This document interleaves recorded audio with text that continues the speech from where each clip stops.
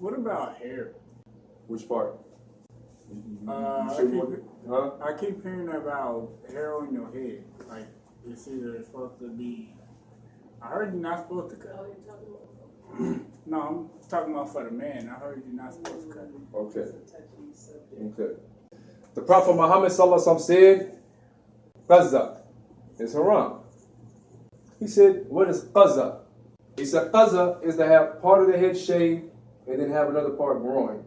Flat tops, fades, or gumbies, okay? Or like Pharaoh, he had all the shave, but he had a little piece right here, you know what I'm saying? Or they got the Mohicans and the Mohawks, right? Mohawks and so forth and so on. All of these haram, man. Mohawks, flat tops, haram. Flat tops, okay? Qaza, it's haram. You'll be punished for that. He said either cut it all the way off or let it be one length. Okay? Now the other thing is the dreads. I tell you what, the Prophet Muhammad sallallahu alaihi wasallam said it is haram. Not my words. I wasn't even going to bring this up, but you brought it up. So he said it's haram to allow your head to be matted. You should be able to comb through your hair. This is hadith. Dreads is haram. Don't let nobody else tell you different. It's haram. And I'm going to tell you out of love and concern for you, and because I want the best for you in this deen, dreads are haram. Number one is imitating non-believers. Okay? It's imitating. The Prophet Muhammad sallallahu alaihi wasallam said, the people that you imitate, you will be raised with them on the day of judgment. So if you're imitating the Rastafarians or those who smoke ganja or those who whatever, you'll be raised with them on the day of judgment. I won't be raised with no non-believers, because then I'm going to get what they get. I'm going to be raised with the believers. So how did the Prophet Muhammad sallallahu alaihi wasallam have his hair? Prophet sallallahu alaihi wasallam had braids. He used to part his hair in the middle and have braids. He used to put honey on the tips. He used to be able to comb his hair. Aisha, radiallahu anha, she was his wife. He used to lay in the masjid and she used to braid his hair. The women at the time of the Prophet sallallahu alaihi wasallam, they had braids. Okay? But he said, comb your hair every other day. Be able to comb through it. Don't walk around here looking like a devil. Don't walk around here looking like a shaitan with your matted hair as if it looks dirty and you can't comb through it. This is just a hadith. Hadith said, do not allow your hair to be matted. That's the hadith. Okay? So, and also Qaza, we don't wear no flat tops. We don't wear no mohawks. Okay? We don't do the gumbies. We don't do the pharaoh. You know what I'm saying? We don't do none of that. We don't do the last of the Mohicans. You know what I'm saying? We don't do the rooster with the spikes. We'll do that. We don't do no piercings in us, man. We don't imitate these gothic people with all these piercings and stuff. What is that? Came from Lil Wayne. These the devil worshippers. Back in the 80s when I was growing up, man, the only people that wore black lipstick, the only people that had mohawks, the only people that dyed their hair, the only people that put piercings, it was the gothic people who were the devil worshippers. Now all of a sudden, Lil Wayne made it like it's okay for everybody to do it. Everybody get mohawks. Everybody get the with piercings and then tattoos on it. Man, that's from Shaitan. Okay? But easily how Shaitan flipped the game. He flipped it. A lot of the stuff that we never did. You know what I'm saying? Now it's the norm now. You know what I'm saying? Because Shaitan is prevalent now. And the only way to be saved is we hold on to the Quran and the Sunnah. You got to hold on to the Quran and the Sunnah. There's a verse in the Bible, and Jesus said, wide is the road to destruction, but narrow is the path to salvation. Wide is the road to destruction, meaning, you know, if I got that, I mean, I could kick it, do whatever I want, man. Okay, that's a road to destruction, because I'm willy-nilly. I'm doing whatever I want to do. He said, but narrow is the path, man. I can't, I got a wiggle room, I can walk straight. Can't do that, okay. Narrow is the path to salvation. So there's rules and regulations. Oh, there's too many rules. No, ain't no too many rules. If you're born with these rules and you inculcate these rules into your life, and this is something that you grew up with, it's the norm. But because we live in a satanic society where the norm is everything opposite of what Allah subhanahu wa ta'ala says, now because we got this in our system, you gotta get it out your system now. Can't get you out of my system. Right? You can't get it out your system now. Point being made, I'm just use one example, and then I'm done. In this society, the norm for the man is, did you hit? Did you hit? That's the norm. You give it a girl, did you hit? Did you hit? In Islam, we don't got that in Islam. In Islam, it's haram to have a boyfriend or girlfriend. In Islam, we don't have sex before marriage. In this society, you didn't hit. You sucker buster, man. You didn't hit, man. Oh, yeah, man, I hit. Okay. So now if you lived your life 18, 19, 20, 21, 22 years of hitting and thinking that this is the norm, now your body is adjusted to it. The psychological and the physiological feelings that you get from hitting, right? Now all of a sudden, Islam says, stop that. I'm going through withdrawals, man. What you talking about, man? I got to take a hit, man. I got to hit. I've been hitting all my life. I got to hit something, man. I got physiological, psychological things going on, man. You know what I'm saying? You understand? So now I got to get this out of my system.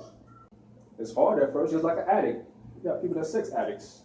Squirrel trying to get a nut. You got women right here. All they want to do is just look for a nut. Whew, can't even be without a man. Got to get a nut. I don't even care if he's a good man. I just got to get it. I just got to get off. That's the norm of this society. Islam tells you abstain. If you can't get married, fast. This will curb your desires. Fast. Or get married. Or marry one-on-one. Simple. You got 100 women. I like math. You got 25 men. All those men get married. How many women you got left? What do we do with those 75? We let them not have husbands. We don't let them have relationships. We let their wombs dry up so they can't have children. They don't even get to experience having children, childbearing, family life. Man, surely that's not something that's just. So the Allah subhanahu wa ta'ala said, he didn't marry 2, 3, or 4. The first number he names is 2. So basically, really, 2 is the norm. I ain't saying nothing wrong, bro. And I didn't stutter. I ain't scared to say this up here. 2 is the norm, huh? Okay? But you gotta be qualified too. You feel me? It ain't about, you gotta know what you do. You gotta be the imam. If you got 2 wives, you better be the imam. You better be conducting yourself like a Muslim and make sure your wives is wearing their thing and everything, you know what I'm saying? But if you can't conduct it like that, they running you, maybe you don't need to. That's why it said 2, 3, or 4. But if you feel that you cannot deal with them justly, then only 1. What does justly mean though? What, like I gotta love them the same? No, he said because your heart's different. You might love one more than the other. The Prophet Muhammad said he loved Aisha more than he loved the other wives. But he treated them all equally.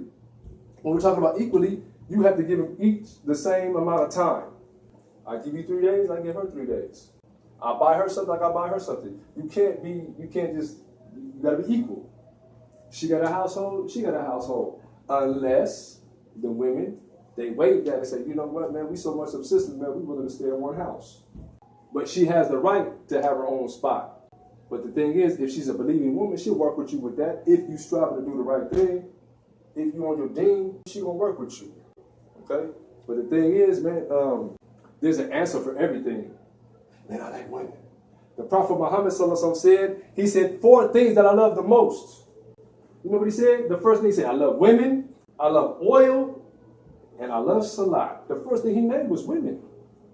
I love women. I love women. The Prophet had 9 wives. Okay? It wasn't because he was a pervert. It was because the women at that time, there were certain women that were widows. There were certain women that their husbands was in the battlefield. They died. Who's going to take care of them now? God forbid something happened to me. Okay, who's going to take care of my wife? My kids.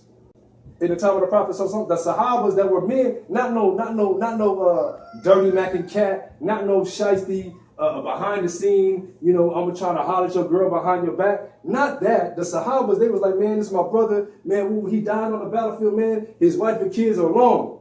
Man, I'm going to take on that responsibility for my partner, man. That's Islam. Not trying to plot and plan while he alive.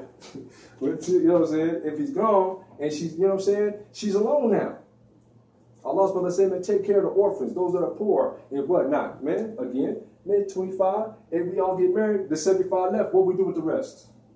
Let their womb dry up? She can't have no kids? That's fair to her? She can't never have no kids? In this society, it's okay to have mistresses and sleep on the side and be a Mac, and now they got female Macs and think they back in and whatnot, and they got different dudes now, they'll switch the game up.